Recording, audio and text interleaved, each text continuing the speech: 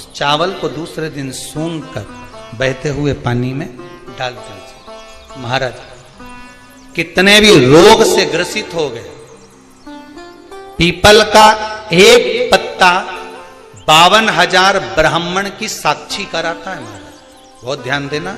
अच्छा एक बात बताइए कि कई लोग कहते हैं कि कई तुम जहां जहां जाते हो ना, ऐसे वो जिनके शरीर में ऐसे ऐसे लोग घूमते हैं और घूमने के बाद कहते हैं कि तेरी कुल देवी तुझसे रूठ गई, कहते हैं ना, तेरे से तेरा ये देवता रूठ गया, वो देवता रूठ गया, परमात्मा रूठ गए।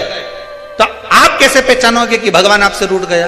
आप कैसे जान सकते हो कि भगवान आपसे रूठ गया?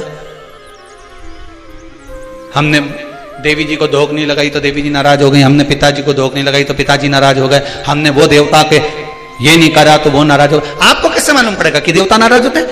देवता नाराज होते हैं।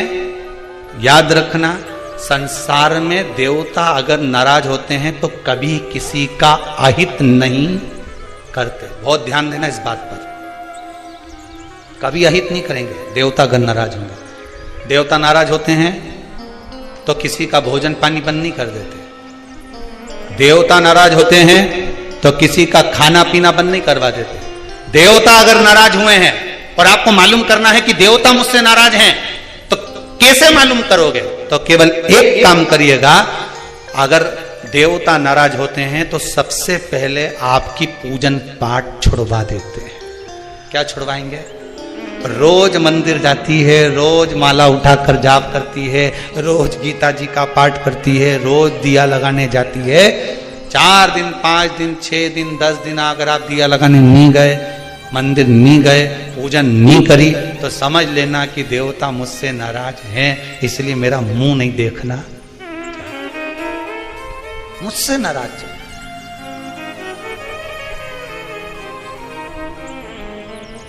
लक्ष्मी नहीं आ रही घर में, देवता नाराज है। नहीं नहीं नहीं, लक्ष्मी नहीं आ रही उसके लिए देवता नाराज नहीं है। लक्ष्मी नहीं आ रही उसके कारण तुम्हारा अहंकार है। भगवान ने जब दिया था उसको सत्कर्म में नहीं लगाया था। एक बात इससे पहली वाली कथा में कही थी, शरीर चले और तुम्हारे याद है तुम लोगों को? बस उतना याद कर लो, बहुत है। इतनी बात तुम लोग याद कर लोगे ना तो आने वाले समय में 2-1 साल में तो तुम हम बस इतनी याद कर लो। बस हर कथा में से इतनी निकाल लोगे ना तो थोड़ा तो यहाँ समझ में तो आए, लगे तो सही कि कथा अंदर गई। तो एक बार पहले कथा में, इससे पिछले वाली में की थी, 7 से पहले वाले में, कि तुम्हारे घर में चले और तुम्हारा शरीर चले, तब तक सारा दान पुण्य भजन तीरथ सब कर लो। और क्योंकि तुम्हारी घर में चलेगी तभी तुम दान कर सकोगे, सत्कर्म कर सकोगे, भजन कर सकोगे, शरीर सही होगा तो तीरथ कर सकोगे। अब शरीर ही साथ नहीं दे और घर में तुम्हारी नहीं चले तो कोई तीरथ होए कि दान होए? कैसे भजन करो? कुछ नहीं करना, पीपल का एक पत्ता, उस पत्ते पर थोड़ा सा चावल, थोड़ा सा चावल,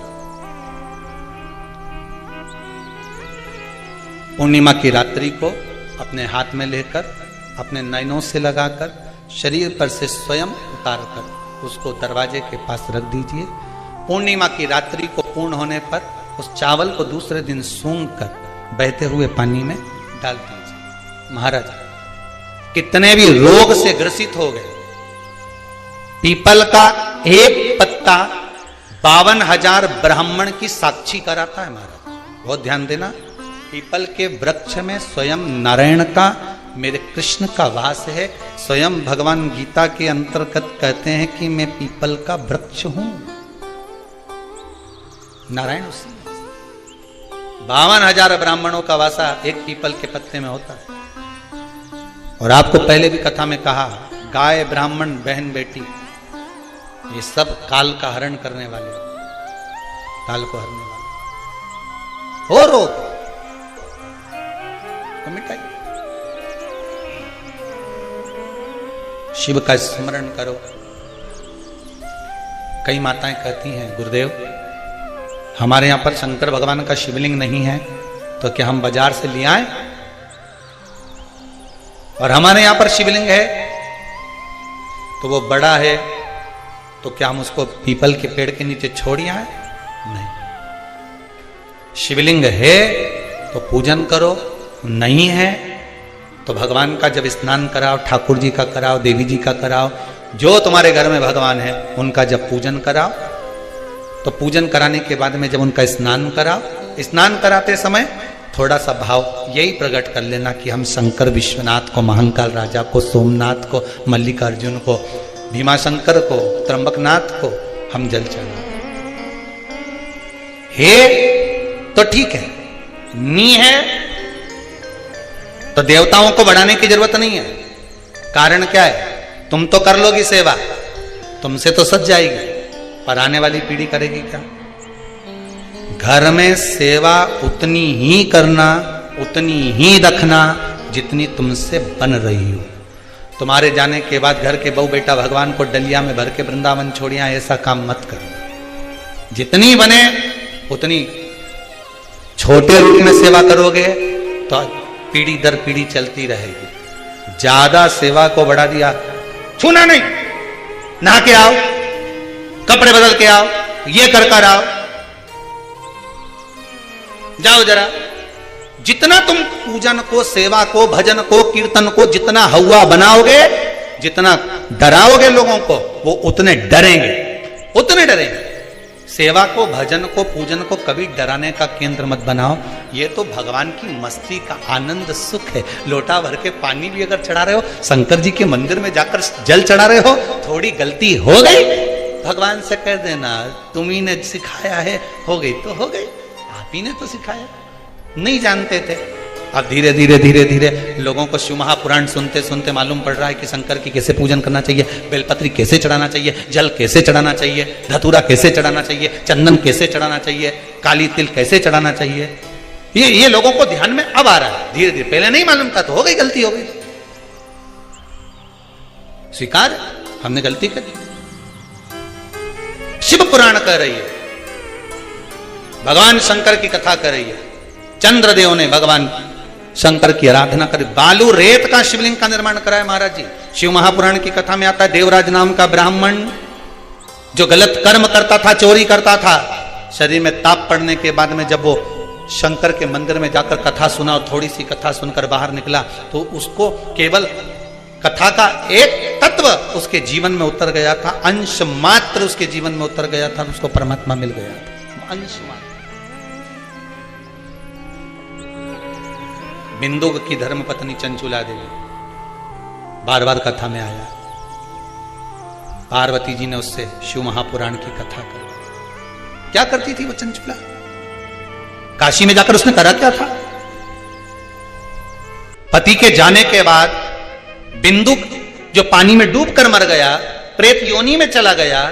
पहले भी कथा में कहा, पानी में डूबकर मरा हुआ व्यक्ति, सर्प के डसे से मरा हुआ व्यक्ति और स्त्री के हाथ से या स्त्री के चक्कर में मरा हुआ व्यक्ति ना तो देव योनि में जाता है, ना तो बैकुंठ जाता है, ना नरक जाता है। वो तो बीच का प्रेत बनकर भटकता रहता है, उसकी गति नहीं होती, उसका मोक्ष नहीं होता।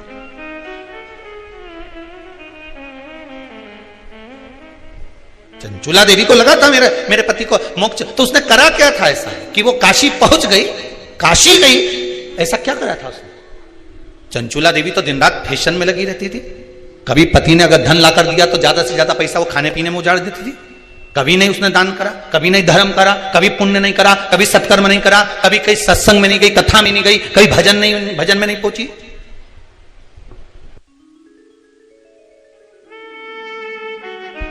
फिर उसने करा क्या?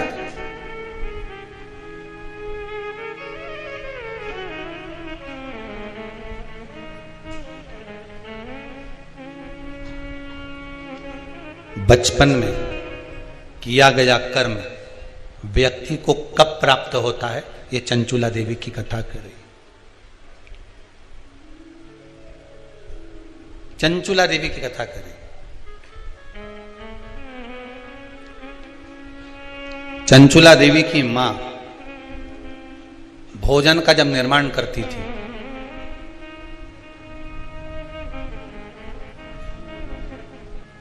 ध्यान दीजिएगा जरा, बहुत सुंदर संवाद है। शायद आप भी अपने बच्चों को इस चीज के लिए डांटते होंगे, शायद।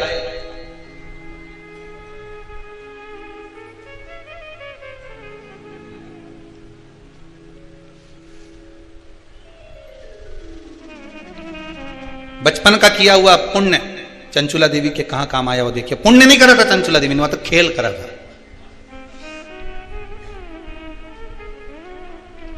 किस जगह पर काम आया? चंचुला देवी 6 वर्ष की कन्या थी। बिंदुक ब्राह्मण है, चंचुला देवी भी ब्राह्मणी थी। ब्राह्मण के घर में जन्म लिया है चंचुला देवी।